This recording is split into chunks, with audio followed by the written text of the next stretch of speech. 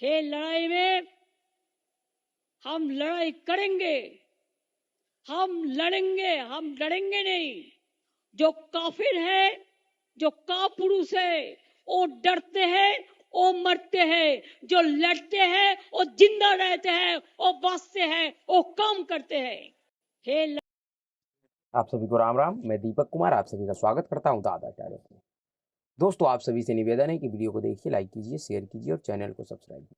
दोस्तों, अयोध्या में जो ऐतिहासिक कार्य हुआ है, जो पिछले 500 वर्षों से अधर में लटका हुआ था, जिसका इंतजार देश और दुनिया के करोड़ों राम भक्त और सनातनी हिंदू कर रहा था, वह जो कार्य पूर्ण हुआ है, प्रभु श्री राम का जो प्राण प्रतिष्ठा संपन्न हुआ है, जिस तरीके से उस कार्यक्रम के बाद देश में माहौल है, जिस तरीके से देश और दुनिया के करोड़ों राम भक्त अपने राम के स्वागत में लीन नजर आए हैं, और जिस ऐतिहासिक कार्य का पूरा श्रेय कोई राजनीतिक दल नहीं, कोई एजेंसी नहीं, इस देश का आम जनता सिर्फ एक व्यक्ति को दे रहा है, उसका नाम है नरेंद्र मोदी।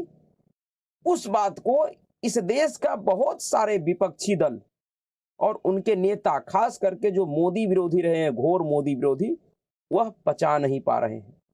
और उस उपलब्धि के बाद से वो नेता अपना आपा खो बैठे हैं, एक पागलपन के स्थिति में आ गया है, और न जाने उस हताशा और निराशा में क्या क्या अलूल जलूल बक रहे हैं। आप किसी भी मोदी विरोधी को देख लीजिए, सबका यही हाल है, चाहे वो राहुल गांधी हो, ममता बनर्जी हो, या लालू का पुत्र हो, या डीएमके का नेता एमके स्टालिन हो, कोई भी हो, सबका वही स्थिति है। सब के सब हताश और निराश है। लेकिन जो सबसे अधिक हताश और निराश है, जिन्होंने नरेंद्र मोदी के जरिए एक तरह से पूरे हिंदू समाज के ऊपर, और सिर्फ मैं हिंदू समाज की बात नहीं करूंगा, उन सभी ऐसे लोगों के ऊपर जो इस्लाम को नहीं मानते, उन सब के खिलाफ एक जहरीला बयान दिया है। उस नेता का नाम है ममता बनर्जी। जी हाँ, जैसा कि आप सभी ने शुरू में, वीडियो के शुरू में जो देखे हैं, जिसमें ममता बनर्जी कह रही है कि जो काफिर है, जो कापुरुष है, वह डरते हैं, वह मरते हैं। जो लड़ते हैं वो जिंदा रहते हैं, बचते हैं, वह काम करते हैं। ममता बनर्जी का यह बयान और इसका अर्थ बहुत बड़ा है। दरअसल ममता बनर्जी ने अपने इस बयान के माध्यम से एक चीज स्पष्ट कर दिया कि जो पिछले 15 सालों से पश्चिम बंगाल में ममता बनर्जी के शासनकाल में जो हिंसा हो रहा है, और उस हिंसा का शिकार जो सिर्फ और सिर्फ एक समुदाय का लोग हो रहा है, उसका कारण क्या है? उसका कारण ममता बनर्जी ने बिल्कुल स्पष्ट अपने इस भाषण के माध्यम से कर दिया है।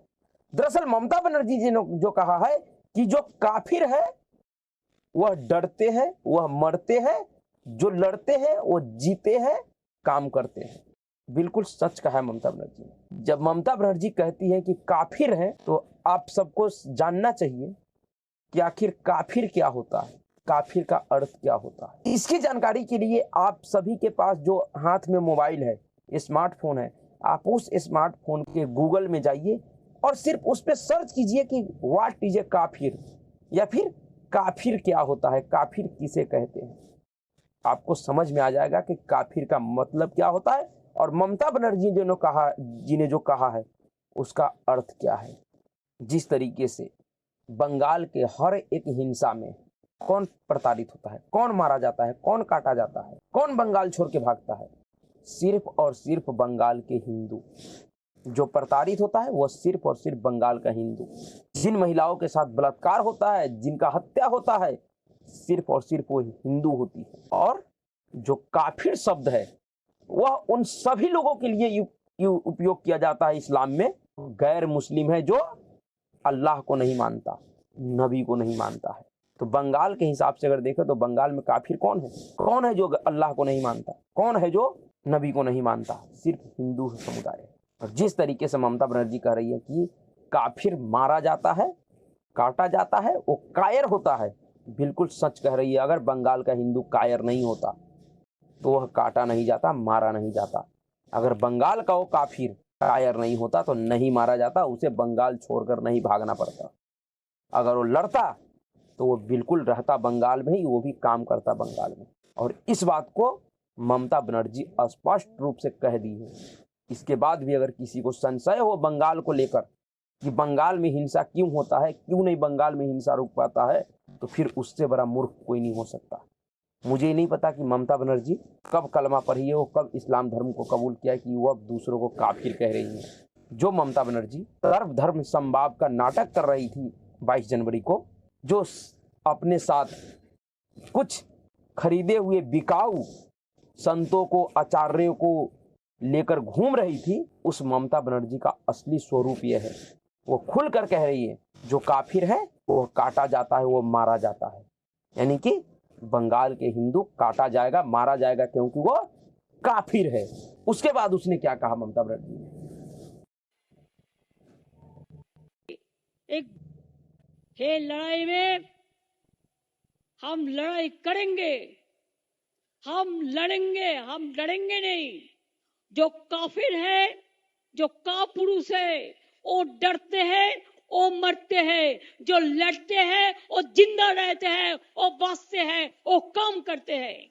हे लड़ाई में हम तो माफी नहीं करेंगे।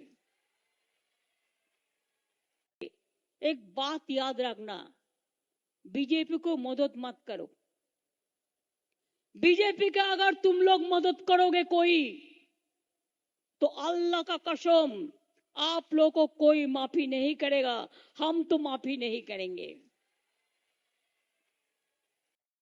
इससे बड़ा भड़काऊ बयान क्या हो सकता है? क्या ममता बनर्जी सीधे सीधे एक समुदाय को नहीं भड़का रही है? बताइए। स्पष्ट रूप से ममता बनर्जी कह रही है बंगाल में मुसलमानों को खुलकर कि अगर तुमने बीजेपी को माफ कर दिया, यानी कि अगर बीजेपी को वोट दे दिया, तुम्हें अल्लाह माफ नहीं करेगा, और अगर अल्लाह माफ भी कर दिया तो हम तुम्हें माफ नहीं करेंगे। क्या इससे बड़ा कोई धमकी किसी प्रदेश के सीएम के द्वारा वोटर को दिया जा सकता है? किसी प्रदेश का मुख्यमंत्री अगर एक खुलकर मंच से कह रही हो कि तुम्हें अल्लाह भी माफ कर देगा लेकिन हम माफ नहीं करेंगे, इसका अर्थ समझते हैं? इसका अर्थ यह है कि ममता बनर्जी खुलकर कह रही है बंगाल में मुस्लिमों को कि अगर तुमने अगर बीजेपी को वोट दिया तो हम तुम्हें माफ नहीं करेंगे। और ममता बनर्जी क्या कर लेगी? ममता बनर्जी उन लोगों को सरकारी योजना का लाभ नहीं देगी जो गरीब मुस्लिम, जो अगर अपने भविष्य को देखते हुए, भलाई को देखते हुए, जिनका कानून व्यवस्था में विश्वास होगा, अगर वह गलती से अगर बीजेपी को वोट भी दे देगा तो फिर उसके साथ ममता बनर्जी बुरा सलूक करेगी, उसको प्रताड़ित करेगी, उसको सरकारी सुविधाओं का लाभ नहीं देगी, उसको चिन्हित किया जाएगा। एक तरफ कह रही है कि जो काफिर है वह काटे जाएंगे, मारे जाएंगे, और दूसरी तरफ कह रही है कि तुम अगर बीजेपी को वोट दोगे हम तुम्हें माफ नहीं करेंगे। अगर इस देश में जब ये आरोप लगता है, जब ये कहा जाता है नेताओं के लिए कि दरअसल नेता अब नरेंद्र मोदी को विरोध करते करते, बीजेपी को विरोध करते करते इस देश के हिंदू का और सनातन धर्म का विरोध पे उतर गया है, भारत देश के विरोध पे उतर गया है, तब बहुत से लोग कहते नहीं ऐसा नहीं है, बीजेपी का विरोध करना हिंदू का विरोध नहीं है, बीजेपी का नरेंद्र मोदी को विरोध करना भारत का विरोध नहीं है। तो फिर ये क्या है? खुलेआम एक मुख्यमंत्री कह रही है कि काफिर है वो मारे जाते हैं, वो काटे जाएंगे, जो लड़ता है वह जीता है, वो रहता है, वो काम करता है। यानी कि बंगाल में जो लड़ने वाला है, जो बम फोड़ते हैं, जो गोलियां चलवाता है, जो ईडी के अधिकारियों को पिटवाता है, उसको बंगाल में रहने का अधिकार है।